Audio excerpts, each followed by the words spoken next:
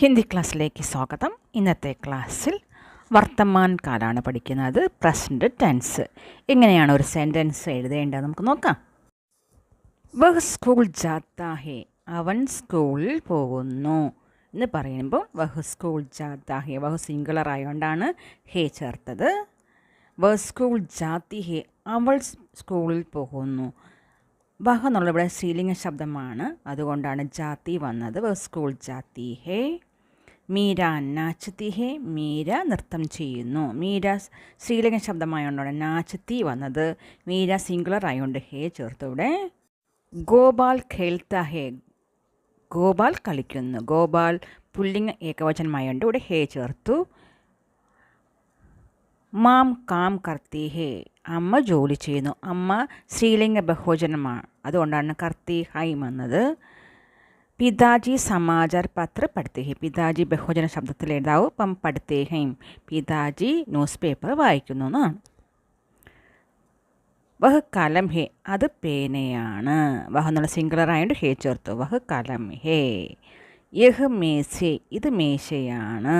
യഹ് എന്നുള്ളത് സിംഗുലർ ആയതുകൊണ്ട് ഇവിടെ ഹേ ചേർത്തു. യഹ് മേസ് ഹേ.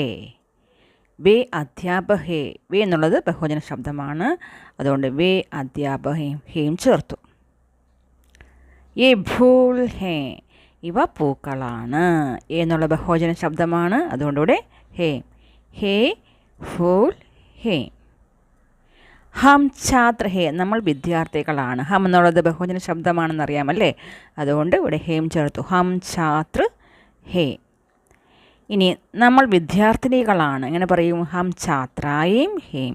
ഹം എന്നുള്ളത് ബഹുവചന ശബ്ദമാണ്, അതുകൊണ്ട് ഹേം ചേർത്തിട്ട് എഴുതി. ഹം ഛാത്രായേം ഹേ. ഇനി തും ചേർത്തിട്ട് എങ്ങനെ പറയും? തും കോൻ ഹോ, നിങ്ങളാരാണ്. തും കോൻ ഹോ. തും വരുമ്പോൾ ലാസ്റ്റിൽ നമ്മൾ എന്ത് ചേർക്കും? ഹോ ചേർത്തിട്ട് എഴുതാവോ. ആപ് കോൻ ഹേ, താങ്കളാരാണ്. ആ ബഹുവചന ശബ്ദമാണ്, അതുകൊണ്ട് ഹേ ചേർത്തു. ആപ് കോൻ ഹേ, താങ്കൾ ആരാണ്.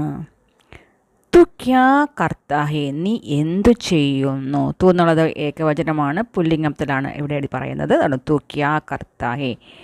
തു ക്യാ കർത്തി, ഒരു പെൺകുട്ടിയോട് ചോദിക്കുകയാണെങ്കിൽ നമ്മൾ ഇങ്ങനെ എഴുതും. തു ക്യാ കർത്തി ഹേ, നീ എന്തു ചെയ്യുന്നു. ഇതുപോലെ പ്രസന്റ് ടെൻസിൽ സെൻറ്റൻസ് സർവനാമം ചേർത്തിട്ട് എഴുതി പഠിക്കൂ കേട്ടോ. ബേസിക് ക്ലാസ്സിന് ഇത് 8ാമത്തെ ക്ലാസ്സാണ്. ഇതിന് മുന്നിലുള്ള ക്ലാസ് കാണാത്തവർ അത് കണ്ടതിന് ശേഷം മാത്രമേ ഈ ക്ലാസ് കണ്ടാൽ മനസ്സിലാവുകയുള്ളൂ.